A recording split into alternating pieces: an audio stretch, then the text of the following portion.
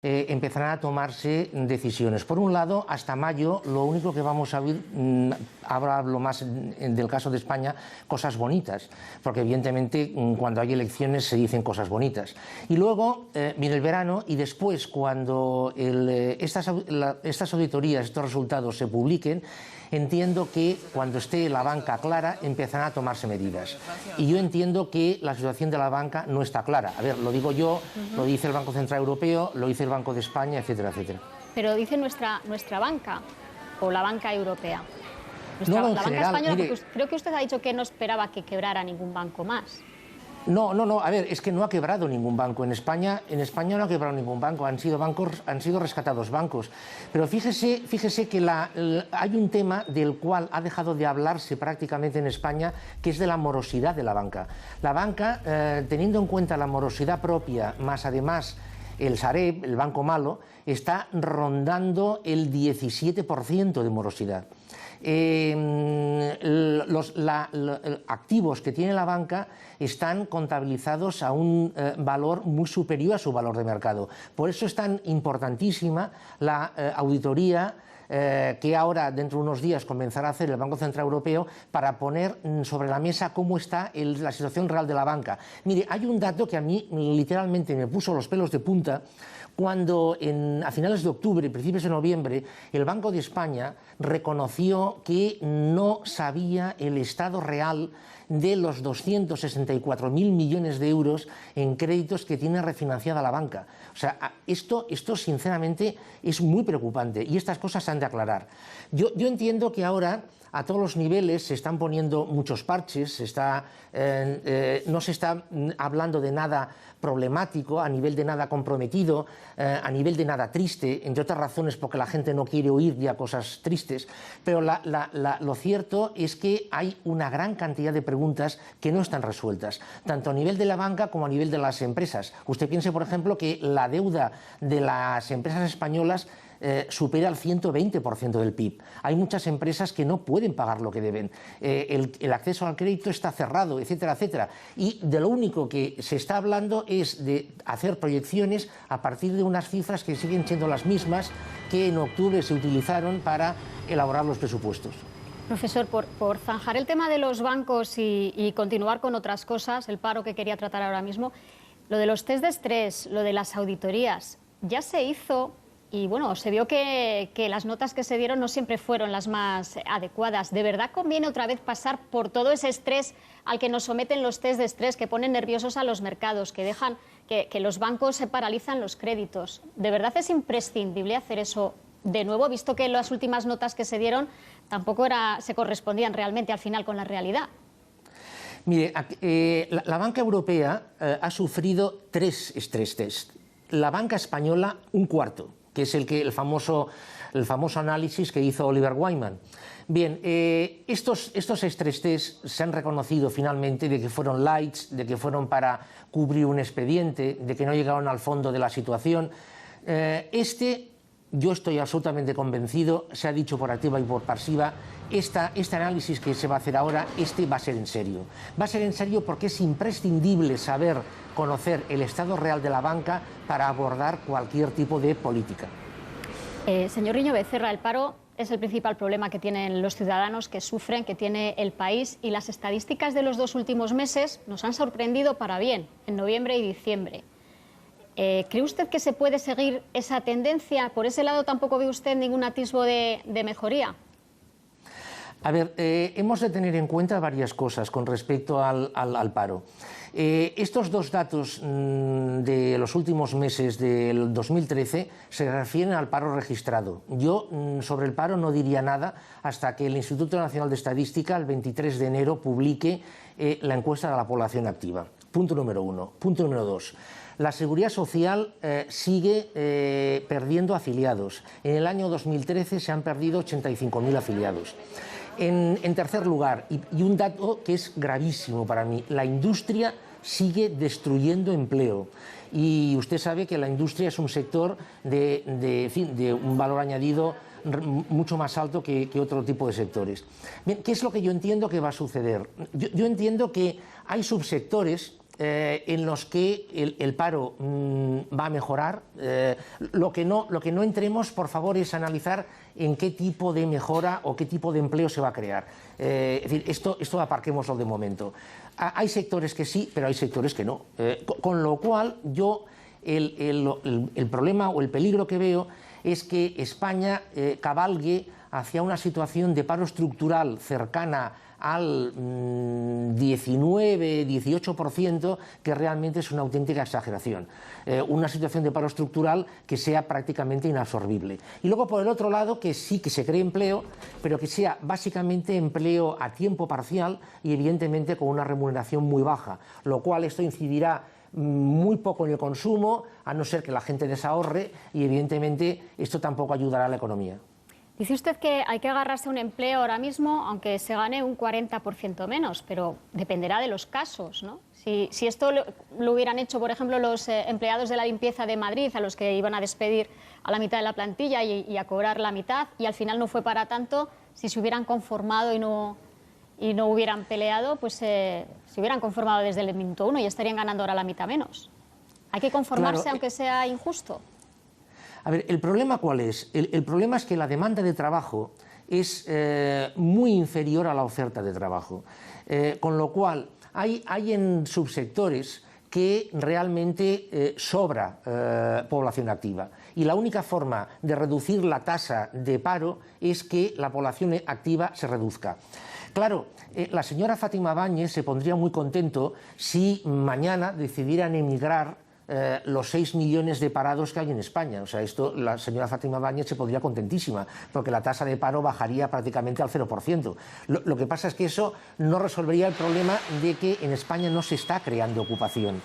Entonces, claro, en aquellos sectores en los que haya un sobreexceso de oferta de trabajo, una de dos: o los salarios se reducen, y eso tampoco garantiza que se cree empleo, o bien, evidentemente, la productividad crece, aumenta a base de inversión, con lo cual el paro aumentará más. ¿Qué quiere decir usted cuando dice que uno de nuestros problemas es que tenemos exceso de pánico de capacidad productiva? A ver, nosotros, España, durante una serie de años, básicamente en los años entre el 2002 y el 2007, muchas empresas, no digo todas afortunadamente, pero muchas empresas han estado generando capacidad productiva muy por encima de una situación de mercado normal, de una situación de demanda normal. Claro, ¿eso cómo se ha solucionado? Eso se ha solucionado a base de crédito, es decir, se endeudó todo el mundo, las empresas crecieron, etcétera, etcétera, y ahora nos encontramos con un exceso de capacidad productiva. Bien, la construcción sería el ejemplo más típico. Y el ejemplo, a ver, esto se puede decir porque esto es real. Es decir, en Seseña, por ejemplo, el Banco de Santander y el Banco de Sabadell estaban muy metidos en esa promoción de viviendas. Han salido de ellas como derrumbando el precio de la vivienda. Es decir, ese pánico viene por el lado de que habrá que reducir capacidad productiva, con todo lo que ello comporta, evidentemente, pero por otro lado, no todas las empresas serán capaces de dar salida a ese deseo de capacidad productiva por la vía que ha hecho, por ejemplo, el Banco de Santander y el Banco de Sabadell. ¿Por qué? Porque no tienen potencia financiera para hacerlo. De ahí el pánico. Profesor, hablábamos, una de las citas importantes este año serán los nuevos exámenes a la banca. Aquí en España, otra importante es la reforma fiscal. ¿Qué reforma fiscal cree, en su opinión, que habría que hacer para animar la economía? No, a ver, yo pienso que la reforma fiscal que hará España sea una reforma fiscal muy light, una reforma fiscal que no recuperará absolutamente nada. Yo estoy esperando que se haga la reforma fiscal europea, es decir, cuando los países miembros del euro se reúnan y pongan en negro sobre blanco una reforma fiscal a nivel europeo en pos de esa unión fiscal que en Europa, de la cual en Europa se está hablando. Pero entre tanto, profesor, ¿qué haría usted en España si es que cree que se puede hacer algo? Mire, el problema que tiene España es un problema que no es de gasto. Es decir, lo que se está vendiendo a la ciudadanía es que en España se está gastando mucho y por eso se ha de recortar. Yo veo que el problema de España no es de gasto, es de ingresos. Es decir, España está ingresando poco a nivel fiscal. ¿Por qué? A pesar de que suban los impuestos. ¿Por qué? Porque España no crece. Entonces, la situación de España es una situación como la de una empresa que no genera cash flow y que está sobreviviendo a base de recortar, lo cual eso evidentemente tiene el recorrido que tiene y tiene muy poco, por cierto. Entonces, ¿qué es lo que harán en España? En España yo lo que pienso que harán, darán un poco, por favor, es una apreciación mía, se reducirán las cuotas a la seguridad social de las empresas para que las empresas puedan ganar algo de competitividad y la exportación, que es lo único que en España más o menos está funcionando bastante bien, pueda seguir funcionando, se gane algo de competitividad por aquí, y por el otro lado se recortará más y además se subirá el IVA. Eso es lo que yo creo que va a suceder. Ahora, claro, la pregunta que usted me hacía no se resuelve con esto. Es decir, esta no es una reforma fiscal que fomente el crecimiento. Bueno, al menos hoy, dígame si cree que es bueno que la prima de riesgo esté por debajo de 200 puntos. ¿Cree usted que va a seguir ahí, que va a aguantar?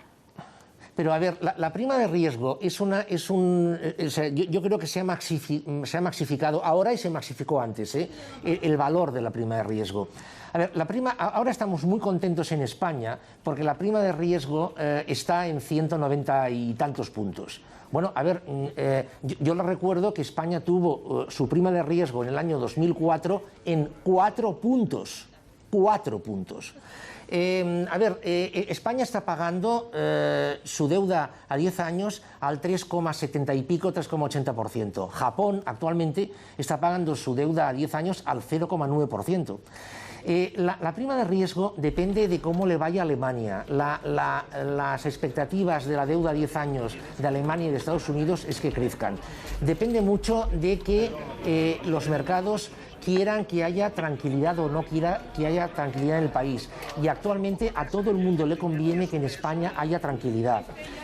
¿Por qué? Porque la deuda pública de España está aumentando en volumen, me refiero, y cuanta más tranquilidad haya, más fácilmente se vende. Y ahora la deuda de España está demandada porque España ha demostrado que a base de sangre y a base de sacrificios es capaz de pagar los intereses de la deuda. Es decir, yo más que fijarme en la prima de riesgo, lo que me fijaría es en el precio que España ha de pagar por su deuda a 10 años, que está actualmente, como decíamos, en el 3,70 y pico, 3,80%. Profesor Niño Becerra, muchas gracias por estar en La Economía. Ojalá que esta vez se equivoque y que sus predicciones no fallen y vayamos mejor. Gracias, le esperamos otro día. Gracias, hasta luego. Hasta luego, buenas tardes.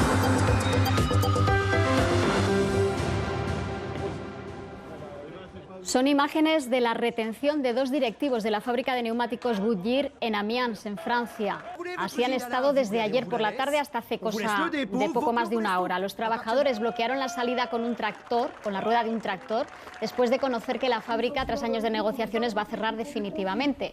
Retener a directivos es una práctica de protesta que se ha extendido en el mundo laboral en Francia y que castigan allí con hasta 5 años de prisión y 75.000 euros de multa si la cosa no pasa de una semana. Con esta retención, los trabajadores pretendían presionar a 2 directivos responsables de recursos humanos para conseguir al menos mejores indemnizaciones para el millar largo de trabajadores que se van a quedar en la calle. En Estados Unidos, noticia también confirmada esta tarde, JP Morgan y Madoff vuelven juntos a los titulares. Se confirma el arreglo con las autoridades estadounidenses por el que el banco JP Morgan va a pagar 1.700 millones de dólares a los afectados por el caso Madoff, considerado, ya saben, la mayor estafa piramidal de la historia. JP Morgan parece que ha conseguido rebajar la multa, aunque va a tener que enfrentarse a la justicia. Se va a enfrentar a cargos por revelar el secreto bancario de sus clientes, en este caso a Madoff. Aunque esos cargos no se van a activar en 2 años, mientras JP Morgan reforma sus políticas contra el blanqueo de dinero para ajustarse a la nueva legislación y paga las indemnizaciones pactadas. Y no ha habido sorpresas en el relevo previsto en la Reserva Federal. El Senado ha confirmado a Janet Yellen como sucesora de Ben Bernanke. Será la primera mujer al frente del Banco Central de Estados Unidos. Va a tomar posesión este mismo mes, el día 31. Yellen Es ahora mismo vicepresidenta de la Reserva Federal y es partidaria de las políticas de estímulos y ayudas a la economía que ha promovido su hasta ahora jefe, Ben Bernanke. Seguimos a la espera, a ver si antes de acabar les podemos dar al menos un titular sobre la Comisión Nacional de la Competencia y su resolución acerca de la subasta que dio lugar al tarifazo. Seguimos de momento en Estados Unidos y recalamos en Las Vegas, donde esta tarde arranca la mayor feria electrónica del mundo, el Consumer Electronic Show, el CES. Si quieren saber cómo serán las televisiones del futuro, las televisiones del futuro inmediato y algunos otros ingenios, miren. Las televisiones vienen con curvas, con 3D sin gafas y con más y mejor resolución de pantalla. En una de las ya habituales presentaciones previas al evento, la japonesa Sharp asegura que lleva la alta definición a las puertas del nuevo sistema 4K. Ultradefinición que se incorporan las pantallas curvas de más de 100 pulgadas de Samsung o LG. El Salón Internacional de la Electrónica de Consumo, el CES, es un escaparate, un espectáculo de 4 días con las últimas novedades tecnológicas del mercado. Desde pulseras inteligentes que registran el ritmo cardíaco y toda la actividad física de un día, hasta electrodomésticos que contestan a nuestros mensajes de texto y se programan solos. Aunque el CES no es una feria dedicada a tabletas y móviles, las grandes marcas aprovechan tanta atención mediática para hacer alguna presentación o demostración de sus últimos modelos. Bueno, pues acaba de salir un titular sobre la Comisión del Mercado de la Competencia, pero me temo que no es el que estábamos esperando sobre el tarifazo. La Comisión, eso sí, advierte de que el déficit de tarifa del sistema de gas, en este caso, podría alcanzar 813 millones en 2014. Se muestra partidario de subir los peajes, en este caso. Bueno, veremos qué dice sobre el tarifazo, lo destriparemos mañana. Hoy, para acabar, nos vamos de rebajas, aunque en algunas comunidades como Madrid y Murcia ya llevan algunos días, empiezan oficialmente hoy. Hasta mañana. Las hay de Cretona, también de nylon. Rebajas, rebajas, la moda no baja. Rebajas, rebajas, dinero a la caja. Rebajas, rebajas, de enero y abril. Se escapan, se esfuman los verdes de mil. Aquí